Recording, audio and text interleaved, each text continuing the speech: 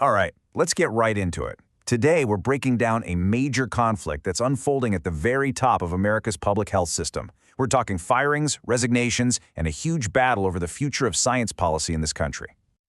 That's a pretty stark warning, right? And it comes from one of several top officials who just quit the Centers for Disease Control and Prevention. They're basically arguing that the nation's health is being put at serious risk. So, let's dive into what's actually going on here. So to really understand why these former officials are speaking out with such, urgency, we have to look at a series of events that happened really fast and completely reshaped the agency that's supposed to protect us all from disease. I mean, this all happened in the blink of an eye. In just a few weeks, the CDC's director gets fired, which then sparks this mass exodus of senior leadership. And in their place, a brand new advisory board gets installed, and that has ignited a huge controversy. Okay, so the former officials who walked out, they are now sounding the alarm, and loudly. They're arguing that these changes aren't just some simple personnel swap, but a dangerous dismantling of the country's public health defenses. Dan Jernigan, who used to direct the Center for Infectious Diseases, uses this really powerful phrase, a death by 1,000 cuts. He's arguing that it's not one single thing, but a whole series of actions by Health Secretary Robert F. Kennedy Jr. that has just systematically weakened the agency. And these are not minor disagreements over policy. The critics are pointing to what they see as a clear pattern: science being ignored, staff and resources getting slashed, and the U.S. pulling out of the World Health Organization, which leaves the country isolated. The result, they warn, is that America is just not ready for the next big outbreak. And to prove their point, former official Dimitri Diskalakis throws out this number: 60%. That's the reduction in flu samples that the CDC is testing right now. So, what does that actually mean for you and me? Well, it's pretty simple. Fewer samples means less data. And with less data, it becomes much harder to spot the next dangerous flu strain that's coming our way, whether that's just a seasonal bug or, a full-blown pandemic.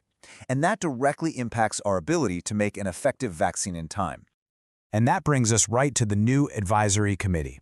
The former chief medical officer, Deborah Oury, she is not mincing words here. Her frustration is aimed squarely at this new, hand-picked group that's now making huge decisions about vaccines, a group she argues just doesn't have the experience for such a critical job. But, like any big story, there are two sides. Secretary Kennedy and his new team, they see this whole situation very differently. From their point of view, this overhaul wasn't reckless. It was absolutely necessary. For the administration, this is not about undercutting science. For them, it's all about accountability. Kennedy's core argument is that the CDC totally failed in its mission during the COVID-19 pandemic, and because of that, a complete reset was needed to fix what they see as a failing institution. And to make his case, Secretary Kennedy often points to this one key statistic.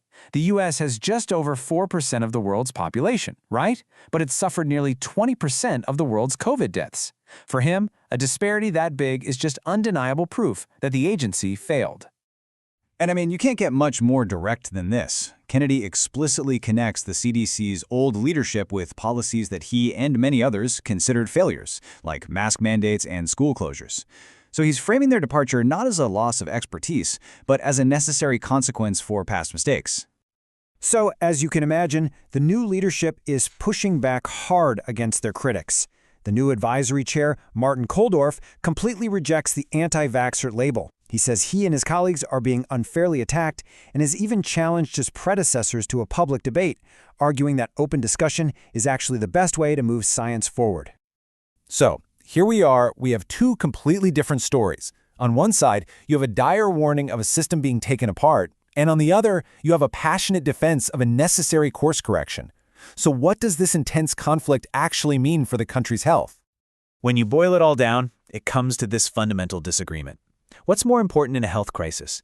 Decades of institutional experience? Or is it accountability and a willingness to challenge the old way of doing things? Each side has a drastically different answer. And this is so much bigger than just who gets what job at the CDC. The outcome of this fight is going to set the direction for how the entire United States prepares for and responds to the next major public health threat, whatever and whenever that may be. And that really leaves us with a critical question to think about.